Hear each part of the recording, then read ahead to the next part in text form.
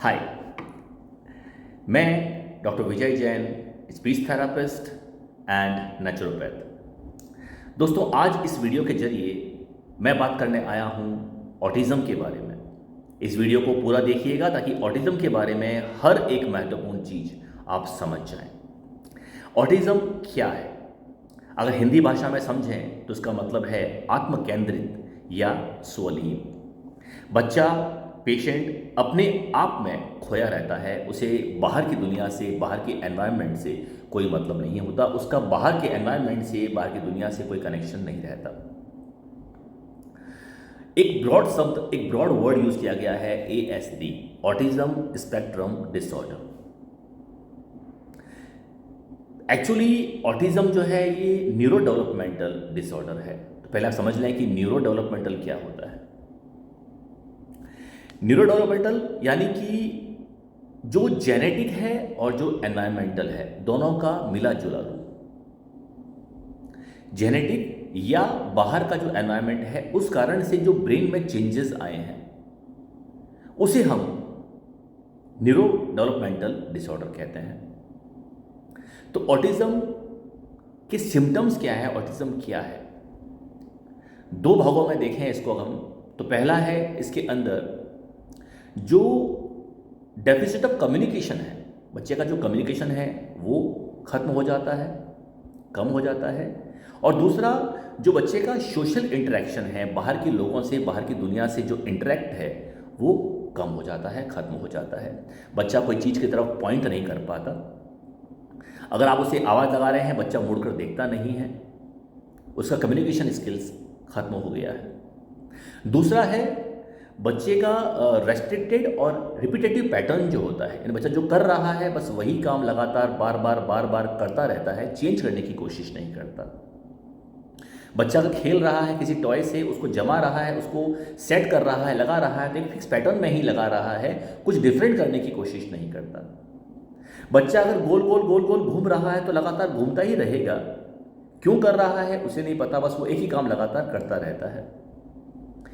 बच्चा कहीं जा रहा है, बच्चा क्या, बड़ा भी, आजकल तो बड़ी एज के अंदर भी ये हो सकता है, बच्चे की बात नहीं है। अगर सही टाइम पे इसका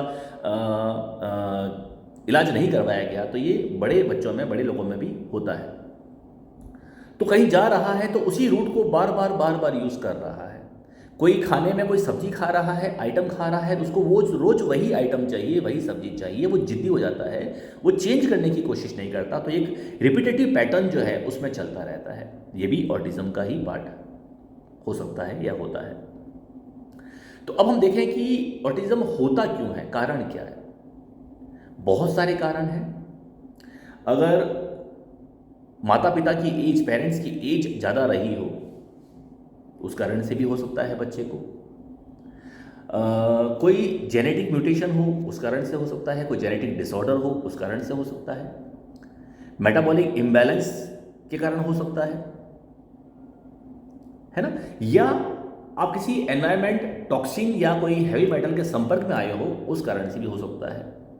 तो बहुत से कारण होते हैं जिस कारण से ये ऑटिज्म हो सकता है। अब इसके इलाज की बात करें, इसका इलाज कैसे किया जाता है, कैसे करते हैं हम, तो हम कई प्रकार की थेरेपीज़ काम में लेते हैं इसके इलाज के लिए, जिसमें बिहेवियरल थेरेपी है, ऑक्यूपेशनल थेरेपी है, फिजिकल थेरेपी है, स्पीच थेरेपी है, प्ले थेरेपी है, या हम मसाज और मेडिटेशन के थ्रू भी इसका इलाज करते हैं। तो हर पेशेंट का जो रेस्पॉन्स है अलग अलग थेरेपी पे, वो अलग अलग प्रकार से होता है। उसका लेवल क्या है ऑटिज्म का, उस आधार पे होता है। तो सबके लिए अलग अलग थेरेपी भी हम यूज़ करते हैं, इस्तेमाल करते हैं। वो हम जांच के बाद ही या थेरेपी यूज़ करने के बाद ही पता लगा सकते हैं कि कौन सा पेशेंट, कौन सा बच्चा, कौन सा व्यक्ति किस तरह की थेरेपी को रेस्पॉन्स दे रहा है। तो ये मत समझिए कि ऑटिज्म केवल एक बिहेवियरल जो है चेंजेस उस कारण से ही आ रहा है। इसके और भी कई कारण हो सकते हैं, कई सिम्टम्स हो सकते हैं। अगर सही एज पर, छोटी उम्र में ही इसकी जांच हो जाए, इसका डायग्नोस हो जाए और इसका इलाज शुरू हो जाए तो बेहतर होता है। अदरवाइज ये एज के बढ़ते बढ़ते साथ साथ रह सकता है और बड़ी उम्र के लोगों में भी ऑटिज्म पाया जाता है। कई लोग कहते हैं कि इन दिनों ऑटिज्म ज़्यादा हो रहा है, पहले ऑटिज्म की समस्याएं कम होती थी, तो ऐसा नहीं है। पहले डायग्नोस नहीं होता था तो इंसान उसी के साथ जिए जा रहा था। अब डायग्नोस होने लगा है तो मालूम चल रहा है किस किस को ऑटिज्म है, और अच्छी बात है, डायग्नोस हो रहा है तो हम उसका इलाज भी सही टाइम पर सही तरीके से कर सकते हैं। उसको साथ लेकर जीने की ज़रूरत नहीं है। तो अगर आपके बच्चे को भी ऑटिज्म की प्रॉब्लम है, किसी को ऑटिज्म की प्रॉब्लम है, तो आप मुझे मेरे व्हाट्सअप नंबर 8890601641 8890601641 पर बच्चे का नाम, बच्चे की उम्र, बच्चे का जेंडर, आप किस शहर से हैं और प्रॉब्लम के बारे में एक बेसिक इन्फॉर्मेशन जो है, डिस्क्रिप्शन जो है, शॉर्ट इन्फॉर्मेशन जो है, वो आप टाइप करके मुझे व्हाट्सअप करेंगे। मेरा क्या प्रोसीजर है इलाज का, मैं आपको व्हाट्सअप पर रिप्लाई कर दूंगा।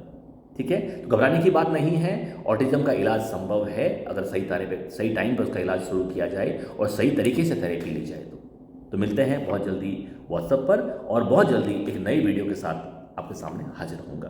Thank you very much.